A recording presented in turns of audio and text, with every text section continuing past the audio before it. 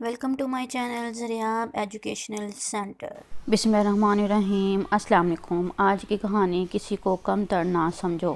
ایک بادشاہ کے سارے بیٹے حسین و جمیل تھے اور سارے ہی اپنے حسن پہ نازا تھے، مگر بادشاہ کا ایک بیٹا بدصورت تھا، یعنی کوئی اچھی شکل و صورت والا نہ تھا، اور اس کا قد بھی چھوٹا تھا۔ بادشاہ اپنے سارے بیٹوں کو پیار کرتا مگر چھوٹے قد والے کو نفرت کی نگاہ سے دیکھتا تھا۔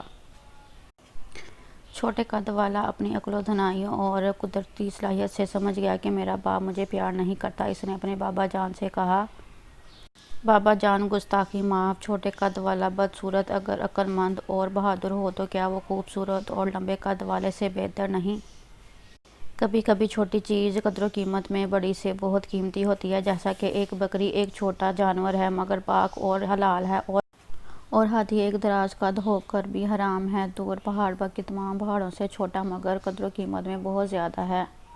جیسے کہ عربی گھوڑا کمزور ہی ہو مگر پھر بھی وہ سارے گدھوں سے زیادہ شان رکھتا ہے۔ بادشاہ اس کی باتیں سن کر ہنس پڑا اور خوش ہو گیا، جبکہ باقی بھائیوں کو بہت صدمہ ہوا۔ کچھ عرصے بعد دشمن ملک نے بادشاہ کی سلطنت پر حملہ بول دیا، مگر سب سے پہلے میدان جنگ میں اترنے والا بادشاہ کا وہی پست قد بیٹا تھا۔ وہ بہت جواں مردی کے ساتھ میدان میں اترا اور دشمن کو للکارتا ہوا آگے بڑھا۔ اس نے دشمن کو للکار کر کہا، تم مجھے میدان جنگ میں پیٹ پھیر کر بھاگنے والا نہیں بلکہ خون میں لتھڑا ہوا دیکھو گے۔ دشمن کے سپاہی اس کی جوشیلی پکار سے گھبرا گئے۔ اس نے دشمن فوج کے بہادر سپاہی مار گرائے، جبکہ بادشاہ کے دوسرے بیٹے گھبرائے صرف تماشا دیکھتے رہے، مگر ایسی ضرب لگائی کہ وہ ڈر کے مارے بھاگ گئے۔ دشمن کے سپاہی زیادہ تعداد میں تھے، مگر اس نے اپنے سپاہیوں میں اس فکرے سے جوش بھر دیا کہ خبردار، میدان جنگ عورتوں کی طرح بھاگنا مردوں کا کام نہیں، مارو یا مر جاؤ۔ تمام سپاہی جوش میں آئے، اس طرح ان کو فتح ملی۔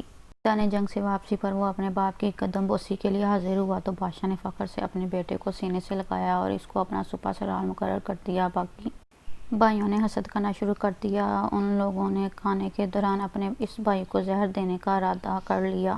بادشاہ کی بیٹی نے ساری باتیں سن لی تھی۔ جب رات کو کھانا کھانے لگے تو بھائیوں نے میٹھی زبان سے بھائی کو کہا، آج ہم اپنے بھائی کو اپنے ہاتھوں سے کھانا کھلائیں گے۔ جب وہ کھانا کھانے لگا تو بہن نے اشارہ کر دیا کہ کھانا نہ کھاؤ۔ وہ فوراً سمجھ گیا کہ میرے بھائیوں نے کھانے میں کچھ ملایا ہے۔ اس نے محل میں آواز لگائی، یہ تو بہتر نہیں، عقل مند مر جائے اور بیوقوف ان کی جگہ سنبھال لیں۔ بھائی ڈر گئے اور اس سے معافی مانگنے لگے، لہٰذا اس نے اپنے بھائیوں کو معاف کر دیا۔ بادشاہ بھی خوش ہو گیا، میرا بیٹا یہ واقعی بادشاہیت کے لائق ہے، اور سب خوشی رہنے لگے۔ اس لیے کہتے ہیں کسی کو بھی کم تر نہیں سمجھنا چاہیے، چاہے وہ بدصورت ہی کیوں نہ ہو۔